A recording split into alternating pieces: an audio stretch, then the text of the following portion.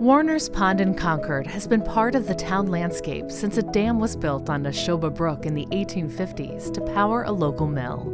While the Warner's Pond Dam no longer produces power, it does create a large impoundment that comes with a host of ecological and infrastructure challenges. One problem is the buildup of sediment in the pond, making it shallow and the water warmer, encouraging the growth of algae and aquatic plants. The things that do thrive are the things you don't want, like those invasive aquatic species, which really are problematic. In some cases, they cover the entire surface of the pond, and when they die and they break down, that decaying process pulls oxygen out of the water. When you have that kind of situation, a hypoxic environment or an environment that does not have enough oxygen, it impacts the fish and other creatures that live in the water. So you get the situation where the water quality goes down, the habitat goes down. Obsolete dams are coming down across the state because of clear benefits to the ecosystem, especially fish. Once Talbot Mills Dam in Billerica comes down in the next year or two, migratory fish will reach the federally designated Wild and Scenic Sudbury, Assabet, and Concord rivers for the first time in over 200 years. Removing Warner's Pond Dam would add an additional 17 miles of river habitat for these fish to spawn in our watershed, as they did for millennia before these dams were installed. So the Talbot Mills Dam removal is one of the most significant dam removals in Massachusetts. It's slated to happen next year, and what you have is a dam that's blocking passage for over 200 years to all these tributaries in the Concord, the Sudbury, the Assabet, and Nashoba Brook. And so when that dam comes out, it's really going to be a historic removal that allow many species to move up towards Warner's Pond Dam.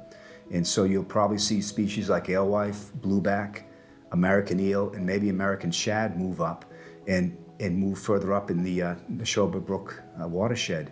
So it's really part of the potential to really expose these fish to a much wider amount of habitat. And I think dam removal is really the option you want to pursue because it eliminates that obstruction completely. It creates full connectivity for aquatic life upstream and downstream of that obstruction. So really good for sediment transport, invertebrate transport, and all the species that want to go back and forth. Fish ladders can be very useful, but really in almost every case, if you're able to take the dam out, that's what you want to do to help support restoration of all aquatic life. The water will be cooler, which means it'll hold more oxygen for the creatures that live in the water. It'll also be flowing faster, so it's not going to be that ideal habitat for the aquatic plants. So it's going to really address the eutrophication issues, which is the pond being overgrown with aquatic plants. I am a lover of rivers. I love to paddle, and I have worked with river organizations all over the state. Free-flowing rivers are a paddler's dream. Just imagine being able to paddle down the winding streams in Acton, all the way through Warner's Pond, down the Nashoba Brook, past the bakery, and to the Assabet River.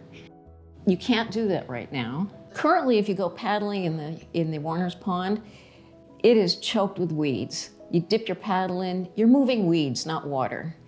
And it's not fun. By removing Warner's Pond Dam, we will replace its vegetation-choked impoundment with a free-flowing brook that is ecologically healthy and beautiful in its own right. There would be a small 5-acre pond that would remain here, but the rest of this would look like a healthy river. It's a very different but a very beautiful landscape. You have a river, you have the banks and all the plants that grow alongside them. There still will be a pond here, just a much smaller pond. But this isn't going to get developed. This is conservation land. I believe and I hope it's going to be very similar to what we have right down the road, just here and accessible and open for everyone to see and enjoy.